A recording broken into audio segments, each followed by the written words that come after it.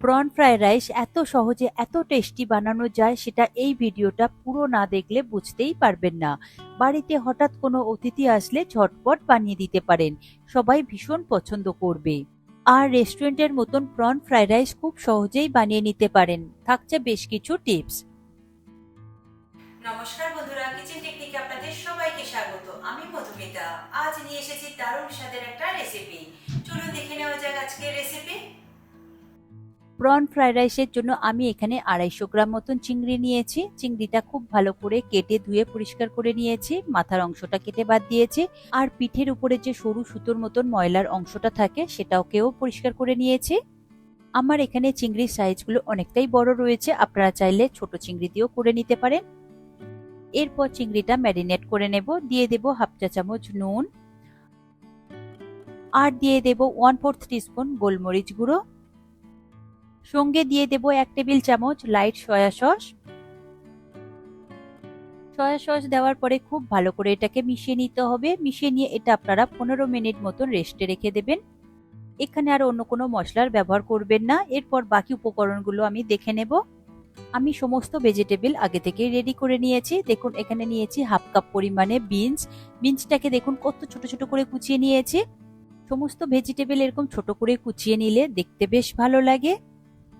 বিনসটা আমি সরিয়ে রাখলাম। এরপর নিয়েছি গাজর। গাজরও আমি একই রকম হাফ কাপ পরিমাণে নিয়েছি। আর দেখুন গাজরটাও কত ছোট্ট করে মিহি করে কুচিয়ে নিয়েছি। গাজর আমি সরিয়ে রাখলাম। এরপরে নিয়েছি ক্যাপসিকাম। একটা মিডিয়াম সাইজের ক্যাপসিকাম ছোট ছোট করে কুচিয়ে নিয়েছি। ক্যাপসিকাম কুচিটা আমি সরিয়ে রাখলাম। এরপর নিয়েছি বাঁধাকপি। বাঁধাকপিটা আমি এখানে হাফ কাপ পরিমাণেই নিয়েছি। বাঁধাকপিটাও আপনারা এইরকম মিহি করে কুচিয়ে নেবেন। বাঁধাকপি সরিয়ে রাখলাম। এরপর নিয়েছি কাঁচা লঙ্কা আর পেঁয়াজ কুচি। আমি 4-5টা মতন কাঁচা লঙ্কা খুব মিহি করে কুচিয়ে নিয়েছি। আর নিয়েছি একটা ছোট দেখে পেঁয়াজ। পেঁয়াজটাকেও খুব মিহি করে আমি কুচিয়ে নিয়েছি। এরপর নিয়েছি বেশ কিছু ধনেপাতা কুচি। আর নিয়েছি 10-12টা মতন রসুনের কোয়া। কোয়াটাকে খুব মিহি করে আমি কুচিয়ে নিয়েছি। এখানে রসুন বাটা ব্যবহার করবেন না, কুচিয়ে ব্যবহার করবেন, বেশি ভালো লাগবে। সমস্ত ভেজিটেবল রেডি করা হয়ে গিয়েছে। এরপর একটা কড়াই নিয়েছি। তার আগে আমি দেখিয়ে দেব, 3টে ডিম নিয়েছি একটা বোলের মধ্যে।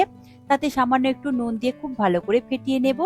এরপরে এই ডিমটাকে খুব ভালো করে ভেজে নিতে হবে। ফ্রাইড রাইসে ডিম দিলে বেশ ভালো লাগে। কড়াইটা গরম হয়ে গেলে তাতে দিয়ে দেব সাদা তেল। 2 থেকে 3 চা চামচ মতন সাদা তেল দিয়েছি। একটু তেল বেশি দিয়ে ডিমটা ভাজলে ডিমটা খুব সুন্দরভাবে ফোলে আর সফট হয়। তেল গরম হয়ে গেলে খুন্তির সাহায্যে কড়ার গায়ে তেলটাকে একটু লাগিয়ে দেবেন, তাহলে ডিমটা আর আটকে যাবে না। দেখুন তেল গরম হয়ে গিয়েছে। এরপর দিয়ে দেব ফেটিয়ে রাখা ডিম। ডিম দেওয়ার পরে এইভাবে খুন্তি দিয়ে হালকা করে একটু নাড়তে থাকবেন, তাহলে দেখবেন ডিমটা একটা সাইড থেকে খুব বেশি ভাজা হবে না। এইভাবে করলে ডিমটা খুব সুন্দর সফট হয় আর ফোলে খুব সুন্দরভাবে। দেখুন হালকা হাতে কন্টিনিউ আমি নাড়াচাড়া করছি আর ডিমটা কত সুন্দরভাবে ভাজা ভাজা হতে থাকছে। এইভাবে করলে দেখুন ডিমটা কত সুন্দরভাবে ফুলে যাচ্ছে আর কত সুন্দর সফট হয়েছে আর কালারটাও কত সুন্দর এসেছে। তবে গ্যাসের ফ্লেমটাকে কিন্তু লো টু মিডিয়ামে দিয়ে ভাজবেন, হাইতে দিয়ে করবেন না। আর কন্টিনিউ এইরকমই নাড়াচাড়া করবেন। দেখুন ডিম আমার ভাজা হয়ে গিয়েছে। এরপর ঝাঁঝরির সাহায্যে তুলে নিয়ে একটা বোলের মধ্যে আমি রেখে দেবো। এর থেকে বেশি লাল করে ভাজবেন না। ডিম আমি সরিয়ে রাখলাম। এরপর ওই ডিমের কড়াইতে দিয়ে দেব 2 টেবিল চামচ সাদা তেল। তেল দেওয়ার পরে তেলটাকে হাই ফ্লেমে খুব ভালো করে গরম করে নিতে হবে। তেলটা গরম হয়ে গেলে কড়ার গায়ে একটু লাগিয়ে দেবেন। তারপর এর মধ্যে আমি দিয়ে দেব ম্যারিনেট করে রাখা চিংড়ি মাছগুলো। চিংড়ি মাছ দেওয়ার পরে গ্যাসের ফ্লেমটাকে হাইতে দিয়ে 1 থেকে 2 মিনিট মতন খুব ভালো করে নাড়াচাড়া করে ভেজে নেবেন। তবে খুব বেশি সময় ধরে ভাজবেন না, চিংড়ি মাছ বেশি সময় ধরে ভাজলে রাবারের মতন হয়ে যায়। চিংড়ি মাছগুলো নাড়াচাড়া করে বেশ লাল লাল করে ভেজে নিয়েছি 2 মিনিট সময়ের মধ্যে। ভাজা হয়ে গেলে এটাকে এবার ঝাঁঝরির সাহায্যে তুলে নিয়ে একটা বোলের মধ্যে রেখে দেব। চিংড়ি মাছটা আমি সরিয়ে রাখলাম। এরপর ওর মধ্যে দিয়ে দেব আরো 2 থেকে 3 টেবিল চামচ সাদা তেল। তেলটা এই সময় একটু বেশি দিতে হবে, কারণ সমস্ত ভেজিটেবল ভাজতে হবে। তেল গরম হয়ে গেলে তার মধ্যে দিয়ে দেব কুচিয়ে রাখা পেঁয়াজ। আর দিয়ে দেব কুচিয়ে রাখা রসুন কুচি। সঙ্গে দিয়ে দেব কুচিয়ে রাখা কাঁচা লঙ্কা। এই 3টে উপকরণ দেওয়ার পরে খুব ভালো করে নাড়াচাড়া করে ভেজে নিতে হবে, তবে হাইতে রেখে করতে হবে। যখন এগুলো হালকা ভাজা হয়ে যাবে তখন এর মধ্যে দিয়ে দেব কুচিয়ে রাখা বাঁধাকপি। বাঁধাকপি দেওয়ার পরে খুব ভালো করে একবার নাড়াচাড়া করে ভেজে নিতে হবে। ভাজা হয়ে গেলে তার মধ্যে দিয়ে দেব একে একে বাকি ভেজিটেবল গুলো, দিয়ে দেব গাজর কুচি, দিয়ে দেব বিনস, এরপরে দিয়ে দেব ক্যাপসিকাম কুচি। সমস্ত ভেজিটেবল দেওয়া হয়ে গেলে গ্যাসের ফ্লেমটাকে হাইতে রেখেই খুব ভালো করে এটাকে একটু নাড়াচাড়া করে 2 থেকে 3 মিনিট মতন ভেজে নিতে হবে। তবে খুব বেশি নরম করে ভাজবেন না, কারণ ভেজিটেবল গুলো খুবই ছোট করে খুব তাড়াতাড়ি নরম হয়ে যাবে। আর ফ্রাইড রাইসে ভেজিটেবল গুলো একটু হালকা ক্রাঞ্চি থাকলে বেশি ভালো লাগে, একদম সফট হয়ে গেলে ভালো লাগে না। দেখুন 3 মিনিট খুব ভালো করে হাই ফ্লেমে নাড়াচাড়া করে ভেজে নিয়েছি। এরপর এর মধ্যে দিয়ে দেব বাসমতি রাইস।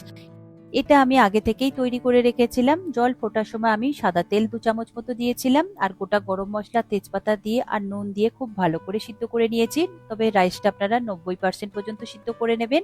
রাইসটা দেওয়ার পরে ভেজিটেবলের সাথে খুব ভালো করে আরো 1 থেকে 2 মিনিট মতন ভেজে নিতে হবে। গ্যাসের ফ্লেমটাকে কিন্তু হাইতে রেখেই করবেন। ফ্রাইড রাইস সবসময় হাই ফ্লেমে করলে খুব ভালো হয়, কারণ ভেজিটেবল থেকে এক্সট্রা জলটাও বের হয় না, তাহলে ভেজিটেবল গুলো খুব সুন্দরভাবে ক্রাঞ্চি থাকে। রাইসটা ভেজিটেবলের সাথে ভাজা হয়ে গেলে তার মধ্যে দিয়ে দেব ভেজে রাখা ডিম আর দিয়ে দেব সয়া সস। এখানে লাইট সয়া সস দিয়েছি 3 টেবিল চামচ, আর দিয়ে দেব 1.5 চা চামচ গোলমরিচ গুঁড়ো। সঙ্গে দিয়ে দেব স্বাদ অনুযায়ী নুন, আর দিয়ে দেব 1 থেকে 1.5 চা চামচ চিনি। ফ্রাইড রাইস একটু মিষ্টি মিষ্টি হলে বেশ ভালো লাগে, তবে এটা অপশনাল, আপনারা নাও ব্যবহার করতে পারেন। এরপরে দিয়ে দেব 2 টেবিল চামচ গ্রিন চিলি সস। দেওয়ার পরে গ্যাসের ফ্লেমটাকে হাইতে রেখেই আপনারা খুব ভালো করে এটাকে মিশিয়ে নেবেন। তবে একটু আস্তে মিশাবেন যাতে ভাতগুলো ভেঙে না যায়, কারণ ভাতগুলো খুবই নরম রয়েছে এই টাইমে। দেখুন রাইসটা খুব সুন্দর করে মিক্সড করা হয়ে গিয়েছে। এরপর এর মধ্যে দিয়ে দেব ভেজে রাখা প্রন আর দিয়ে দেব ধনেপাতা কুচি। প্রন আর ধনেপাতা কুচি দেওয়ার পরে গ্যাসের ফ্লেমটাকে আপনারা বন্ধ করে দেবেন। খুব ভালো করে একবার নাড়াচাড়া করে মিশিয়ে নেবেন। তারপর এটাকে ঢেকে রেখে দেবেন 5 মিনিটের জন্য স্ট্যান্ডিং টাইমে। তারপর এটা গরম গরম পরিবেশন করবেন। চিকেন কষা কিংবা আলু কষার সাথে দারুণ সুন্দর খেতে লাগে। দেখুন 5 মিনিট পরে এটা আমি একটা সার্ভিং বোলের মধ্যে সার্ভ করে নিয়েছি। কত সুন্দর দেখতে লাগছে, খেতে কিন্তু অসম্ভব সুন্দর হয়েছে। রান্নাটা খুবই সিম্পল, যে কেউ খুব সহজেই বানিয়ে নিতে পারবেন। আমি উপর থেকে অল্প করে একটু ধনেপাতা কুচি ছড়িয়ে দিয়েছি। যদি আপনাদের কাছে স্প্রিং অনিয়ন থাকে তাহলে অল্প করে একটু ছড়িয়ে দেবেন, তাহলে বেশ ভালো লাগবে দেখতে আর খেতে। আমি কিন্তু এই প্রন ফ্রাইড রাইসে কোনো রকম ঘিয়ের ব্যবহার করিনি। ঘি যদি ব্যবহার করতেন তাহলে প্রনের যে একটা সুন্দর ফ্লেভার রয়েছে সেটা নষ্ট হয়ে যায়। তবে আপনারা চাইলে ব্যবহার করতে পারেন, তবে আমি বলবো ঘি ব্যবহার না করে একবার এইভাবে বানিয়ে দেখুন, তাহলে দেখবেন প্রন ফ্রাইড রাইসের ফ্লেভারটা খুব সুন্দর আসবে, পুরো প্রনের ফ্লেভারটা পাবেন আপনারা। দেখুন রেডি হয়ে গেল আমার আজকের রেসিপি প্রন ফ্রাইড রাইস। কত সুন্দর ঝরঝরে হয়েছে, একটাও ভাত কিন্তু ভেঙেও যায়নি আর একটার সাথে আরেকটা কিন্তু লেগেও যায়নি। তাই অবশ্যই আপনারা ভাতটা ঠিকঠাক করে বানাবেন, 90% পর্যন্ত সিদ্ধ করবেন, ওর থেকে বেশি করবেন না, তাহলে কিন্তু ভেঙেও যাবে আবার একটার সাথে একটা জুড়েও যাবে। আর একটা কথা, ভাত করবার সময় অবশ্যই আপনারা বেশি করে জলটা ব্যবহার করবেন, তাহলে ভাতটা দেখবেন জড়িয়ে যাবে না। প্রতিটা টিপস খেয়াল রেখে আপনারা করবেন, দেখবেন এই রকমই পারফেক্ট তৈরি হবে, একদম রেস্টুরেন্টের মতন প্রন ফ্রাইড রাইস। আশা করি আমার আজকের এই রেসিপি আপনাদের ভালো লাগলো। ভালো লাগলে এইভাবে একবার অবশ্যই বানিয়ে দেখবেন। আমার মনে হয় আপনাদের সকলেরই ভীষণ ভালো লাগবে। ভালো লাগলে কমেন্ট করে অবশ্যই জানাবেন, আর সাথে লাইক শেয়ার করবার অনুরোধ রইল, আর চ্যানেলটি সাবস্ক্রাইব করে নেবার অনুরোধ রইল। আজ তাহলে এই পর্যন্ত, আবার অন্য কোনো দিন হাজির হয়ে যাব অন্য কোনো রেসিপির সাথে। সবাই ভালো থাকবেন, সুস্থ থাকবেন, আর ভিডিওটি পুরো দেখার জন্য অসংখ্য ধন্যবাদ।